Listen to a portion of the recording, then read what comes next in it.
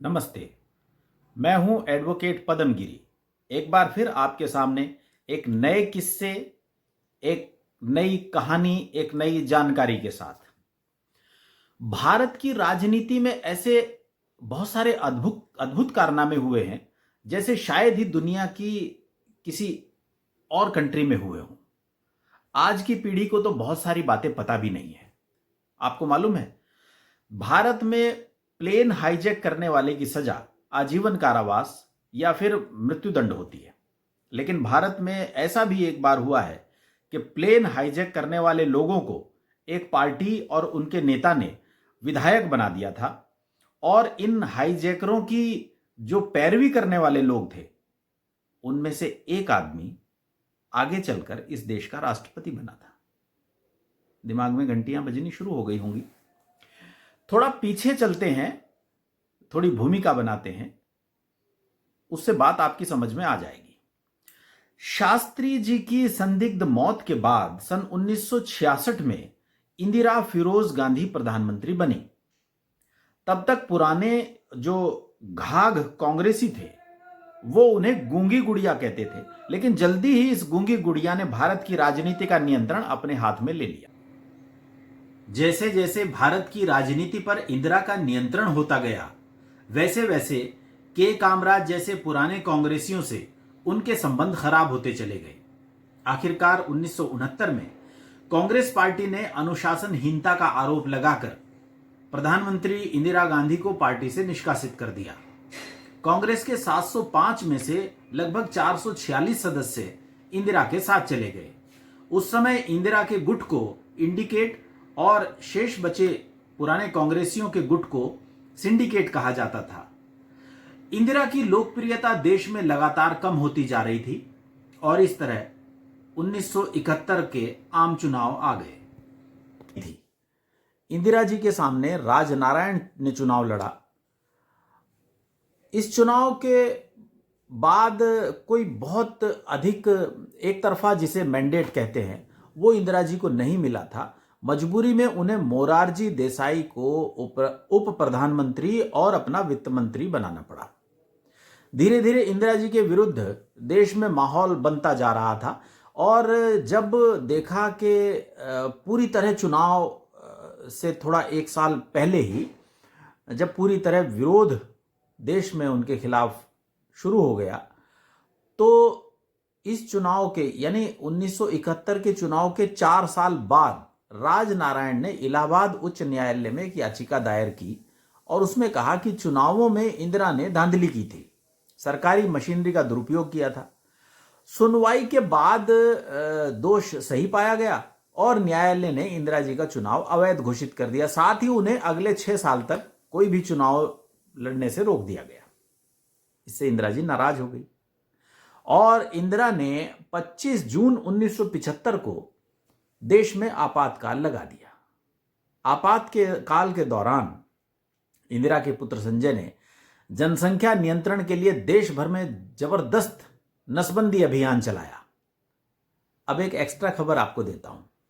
इस नसबंदी अभियान में संजय की एक बेहद खास, बेहद खूबसूरत और बेहद नजदीकी सहयोगी थी दिल्ली की रुखसाना सुल्ताना। बाद में रुखसाना ने सेना के एक सिख जनरल शविंदर सिंह विर्क के साथ विवाह किया और इनसे एक पुत्री पैदा हुई जिसका नाम इन्होंने अमृता सिंह रखा। अमृता सिंह आगे चलकर भारतीय फिल्मों में अभिनेत्री बनी। अमृता सिंह ने सैफ अली खान से विवाह किया, फिर इनसे एक पुत्री हुई और वो आजकल फिल्मों में अभिनेत्री हैं। अब हम मूल बात पर आते हैं।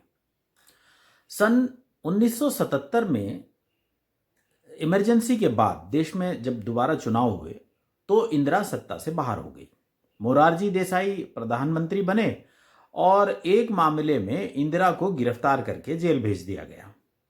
अब आती है असली कहानी जिसका आप अब तक इंतजार कर रहे थे, यानी विमान अपहरण की कहानी। 20 दिसंबर 1978 को शाम 5:45 पर एक इंडियन एयरलाइन का बोइंग 737 विमान फ्लाइट संख्या IC 410 लखनऊ से उड़ा। इस विमान में 2 VIP भी थे। पूर्ववर्ती इंदिरा की सरकार में मंत्री रहे A.K. सेन और धर्मवीर सिन्हा। सब कुछ ठीक ठाक था, नॉर्मल फ्लाइट थी, लेकिन दिल्ली में लैंड करने से केवल 15 मिनट पहले सीटों की 15वीं जो लाइन है वहां से दो नौजवान 27 साल का भोलानाथ पांडे और 28 साल का देवेंद्र पांडे उठे और कॉकपिट की तरफ बढ़े। दोनों बड़े गहरे दोस्त थे और उत्तर प्रदेश के सुल्तानपुर के रहने वाले थे। कॉकपिट के सामने खड़ी हुई एयर होस्टेस को दोनों ने धक्का दिया और कॉकपिट में घुस गए। उस प्लेन को कैप्टन M.N. बट्टीवाला उड़ा रहे थे। अब कॉकपिट में घुसकर उनमें से एक ने पिस्टल निकाली और कैप्टन की सिर पर रख दी।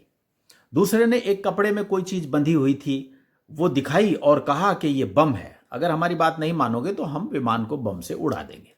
कैप्टन ने पूछा क्या चाहते हो? दोनों ने विमान को बांग्लादेश या नेपाल ले जाने की डिमांड की। तो कैप्टन बट्टीवाला ने कहा कि विमान में इतना ईंधन नहीं है। तो फिर आखिर में विमान को बनारस हवाई अड्डे पर उतार दिया गया। हाईजैकरों ने कहा कि हम उत्तर प्रदेश के मुख्यमंत्री से कम किसी भी व्यक्ति से बात नहीं करेंगे। अब ये बात दिल्ली तक पहुंची तो प्रधानमंत्री मोरारजी देसाई ने उत्तर प्रदेश के तत्कालीन मुख्यमंत्री श्रीमान राम नरेश यादव जी से अपहरणकर्ताओं से बात करने को कहा। अब मुख्यमंत्री साहब बनारस आ गए। तब तक ये पता चल गया था कि अपहरण करने वाले कौन हैं। असल में अपहरण करने वाले दोनों लोग यूथ कांग्रेस के सदस्य थे और उनकी 3 मांगे थी। पहली मांग थी कि इंदिरा गांधी को तत्काल रिहा किया जाए। दूसरी मांग थी इंदिरा गांधी और संजय गांधी के ऊपर जितने भी चार्जेस लगे हुए हैं वो सारे हटाए जाएं। और तीसरी मांग थी कि दिल्ली में जो केंद्रीय सरकार है, मोरारजी देसाई की सरकार, वो तुरंत इस्तीफा दे। और एक चौथी मांग और थी उनकी कि बात करने के लिए खुद मुख्यमंत्री महोदय विमान के अंदर आए। माहौल इतना तनाव भरा था, 130 यात्रियों की जान खतरे में थी। आप केवल अंदाजा लगाइए कि ऐसे में किसी प्रदेश के मुखिया का विमान के अंदर जाना कितना खतरनाक हो सकता था।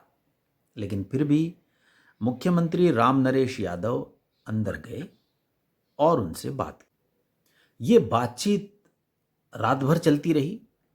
आखिर पुलिस किसी तरह अपहरणकर्ताओं के पिता को वहां लेके आई। उनके पिताओं ने अपील की, दोनों को आत्मसमर्पण करने के लिए कहा। तो उनकी अपील का असर हुआ और दोनों लोगों ने आत्मसमर्पण कर दिया। बाद में पता चला कि जिसे बम बताया गया था वो असल में एक क्रिकेट की बॉल थी और पिस्टल भी नकली था, बच्चों के खेलने का खिलौना था। इधर दिल्ली में कांग्रेस की सरकार आई, चुनाव हुए, मोरारजी देसाई की सरकार गिर गई, फिर चरण सिंह जी प्रधानमंत्री बने, उनकी सरकार गिर गई। उसके बाद फिर चुनाव हुए। आम चुनाव के बाद कांग्रेस की सरकार दिल्ली में आई और 9 महीने 28 दिन बाद दोनों अपहरणकर्ताओं को इंदिरा ने रिहा कर दिया। उनसे मुकदमे भी वापस ले लिए गए। संसद में चीख चीख कर दोनों अपहरणकर्ताओं की पैरवी करने वाले 2 कांग्रेस नेता, वसंत साठे, वो आगे चलकर इंदिरा के मंत्रिमंडल में केंद्रीय संचार मंत्री बने, और दूसरे कांग्रेसी R. वेंकटरामन, पहले इस देश के उपराष्ट्रपति और फिर राष्ट्रपति बने। अब बात करते हैं दोनों अपहरणकर्ताओं की। दोनों को कांग्रेस ने विधानसभा टिकट देकर सम्मानित किया। भोलानाथ पांडे 2 बार विधायक रहे और 6 बार कांग्रेस के टिकट पर लोकसभा का चुनाव लड़े। वो अलग बात है कि 6 बार वो हार गए। देवेंद्र पांडे सन 1980 और फिर 1985 में 2 बार कांग्रेस से विधायक रहे, तीसरी बार वो हार गए। वो कांग्रेस में राजीव गांधी के बहुत नजदीकी रहे। विमान अपहरण जैसी अति गंभीर घटना और अपराध को अंजाम देने वाले इन दोनों नेताओं को भारत की राजनीति में दुर्भाग्यपूर्ण ढंग से सम्मानित ओहदा दिया गया था। इस अपहरण की पूरी कहानी KR वाधवानी की पुस्तक Indian airports shocking ground reality में दर्ज है। हमारा उद्देश्य किसी राजनीतिक दल या किसी व्यक्ति को बदनाम करना नहीं है, ना हम किसी राजनीतिक दल का पक्ष करते हैं। हम केवल सत्य आप लोगों के सामने रखते हैं, निर्णय आपको करना है। अगर आपको ये वीडियो अच्छी लगती है, ये जानकारियां अच्छी लगती हैं, तो हमारे चैनल को सब्सक्राइब करें। सब्सक्राइब करने से ये होगा कि आगे जो भी वीडियो डलेंगी उसकी सूचना आप तक पहुंच जाएगी। धन्यवाद।